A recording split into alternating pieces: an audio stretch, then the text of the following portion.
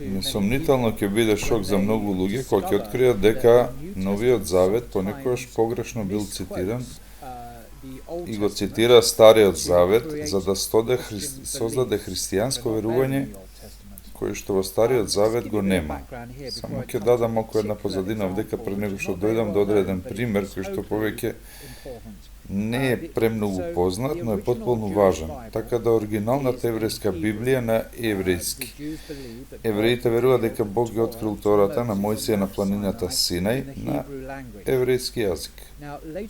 Сега подоцна кога евреите биле растурени по светот, за време на Грко-Римското царство, повеќето евреи говореле со грчки јазик, што е лингва франка, обичаен јазик пред 3-4 век пред новата ера. Повеќето евреи говореле со грчки јазик. Очигледно дека некои луѓе на палестински јазик, кои што у суштина говореле еврејски или арамејски.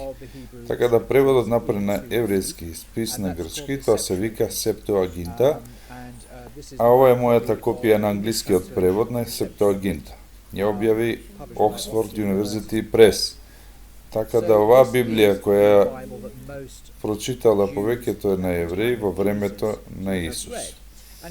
А исто така и Библија од која што цитираат писателите на Новиот Завет, каде што ја цитираат од Библијата, така да не ја цитираат од еврејската Библија, што е оригинал. И ја цитираат од превод, Септуагинта.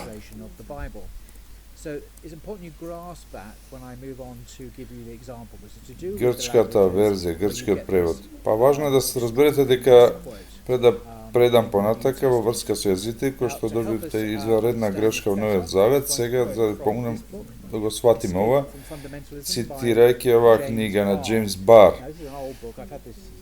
Ова е стара книга која има од тинеџери, за мене е тоа многу битна книга.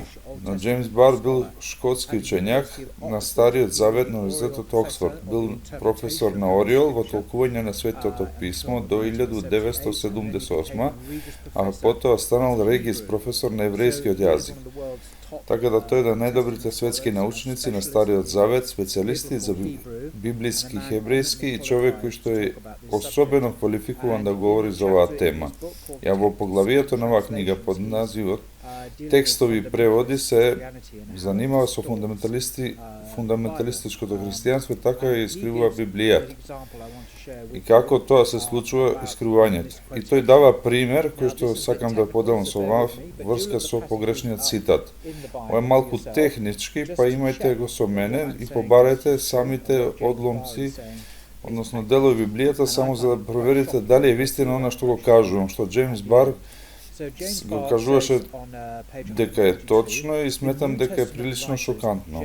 Мислам дека ќе на крајот ќе види зошто тоа е шокантно. Па Джеймс Бар вели на 142 стих. Писци Новиот Завет го цитираат тоа у Септуагинта, а истото го чини и Исус. Као што они сега го прикажуваат жезлото и дека дел на епоха која носи важност, првиот превод на делата на Стариот Завет. Јазикот кој што се разликува како еврејски и грчки и културна мелиори кои што се разликуваат еврејскиот хеленистички, но во дати и околности не е изненадувачко како превод и дело. Врло мешан квалитет, така да не е нарочно добар превод во делови кои што се разликуваат од книга до книга, бидејќи се користел различни техники на превод, на некои места морал да имал и еврејски текст, различен од нашиот. Дека во другите случаи еврејскиот текст наистина погрешно го читал или погрешно го разбирале. Па некојаш Библијата која што рано христијаните користеле при цитирање, од неја во Новиот Завет погрешно прочитана или погрешно разбрана на еврејски, што е интересно. Ниеден учењак кој ја знае материјата не се сомнева дека е така, но ова прави разликата кога земе во обзир Нов Тестамент, бидејќи тој не само што користи Септуагинтата на општ начин, туку често користи точни зборови како аргумент или доказ на теолошка врска. И сега доаѓаме до примерот. Земи дека Павле, иако не е Павле, па тврдел дека е Павле, ова е писмо евреите, во редот на писмата за евреите во Новиот Завет, евреите на поглавието 10, стих 5, ве повикуваме да стопирате видеозаписот и да го побарате и прочитајте сами во било кое современ превод, дали ќе читате, јас ќе ви прочитам во мој собствен превод овдека. Следствено на тоа, кога Христос дошол на светот, кажал дека жртви и приноси кои не сте ги сакале, туку телото кое сте го подготвиле, па кога Христос дошол на свет, тој станал човек, но се овоплотил. Овоплотил значи преземал тело и Бог станал човечко суштество и го зело телото. А тоа е проречено Стариот Завет и цитира Старозаветен дел кој што кажува дека жртвите и приносите не сте ги посакувале, туку телото сте го подготвиле, па Бог го примил телото за Исус према Старозаветно пророштво. Сега, овој дел кој што се наставува за уште неколку редови на цитат од Псалмите 40 стих 7 и понатака. Псалм 40 стих 7 понатака, тоа сигурно можете го побарате ако сега сакате, така да можете да проверите што пишува у било кој современ превод и кој превод е збор. Неврејскиот јазик, кој е преведен у нашите библиски верзии на англиски, наоѓаме следното. Од Псалмот 40, стих 6. Жртвувајте принос кој не го сакате, но сте ми дале отворено уво кое што поттикнува од жртва и нудејки дека не посакувате, да, тоа звучи познато, но добро сте ми го отвориле увото, што е чудно, не сме она што го чита, не е она што го читаме во писмото, нели? И кажа, тоа е маргина, овој превод кој е многу научно точен, превод додава и као фусноти и доњите делови за ушите, за мене сте ги скопале, што е дословно на прекројување на еврејскиот, вели професорот Бар. Сега целата поента во писмото на евреите е да спомнува припрема на телото за Христос кој што доаѓа на свет, а писателот на писмата на евреите на врвот на својот аргумент заправо го на ова се враќа во Евреите 10:10, неколку стихови подоцна и вели со таа волја ќе бидеме осветени со приносот на телото Исусово еднаш за секогаш во Евреите 10:10. Но тука ништо не било у телото, не се спомнува телото на оригиналниот еврејски. Како што може да видите вашите модерни Библии, кои што се Стариот Завет, преведете од еврејскиот воопшто, често се вели дека тоа е погрешен превод. Но се чини дека поверојатно во ставот на професор Джеймс Бар, а тоа е дека била грешка во копирање и пренесување на грчкиот текст и попатно, овде не се слагам, мислам дека тоа е намерно, а не само грешка, но ќе видиме што вели Джеймс Бар и тогаш ќе разговараме за тоа, а најдобра изданија на Септуагинта имаат само и стои уши, сте подготвиле за мене, што е во погледот на именката точно и точно приказување на еврејските зборови како што се цитирани на писмото на евреите.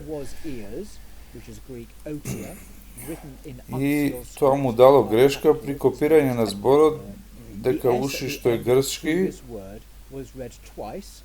и значи отија, напишано со печено со писмо како со големи букви станува технички како S, а на крај е прочитано два пати. Ти, у средина е прочитано како слово М, кој производ сома, тоа е тело. Сома на грчки те сумира горе збор, се уши и исправно преведено на грчки како уши, али у преноснието на грчкиот текст станало погрешно прочитано и погрешно копирано како сома што е тело. Ова е погрешно читање и потоа користено во писмото на евреите, а го поддржала и неговата употреба во еврејскиот предмет на многу ракописи на грчките псалми. Па дури и детали на ова објаснение многу може да доведат прашање, нема сомниш дека писмото на евреите покажало поента и доктрина, поента од централно значење во својот аргумент, од зборот кој воопшто не постојал во еврејската Библија, кој што оригинал и била непосреден производ на грешка во пренесување на овие зборови. А теолошки важно е било прашање Дали постои Светото писмо воопшто? Па прашање дали постои Свето писмо кој е Стариот Завет во претходната интервенција на одењето на Христос во телото на инкарнација со жртвениот и неговото жртвување. Бидејќи левот хеврејското кажува дека во пророштвото дека Бог ќе пружи на Христос тело, ова е тешка демонстрација каде што се вели дека и бар вели постигнал потполност по повикување на вербалниот облик на грешен текст.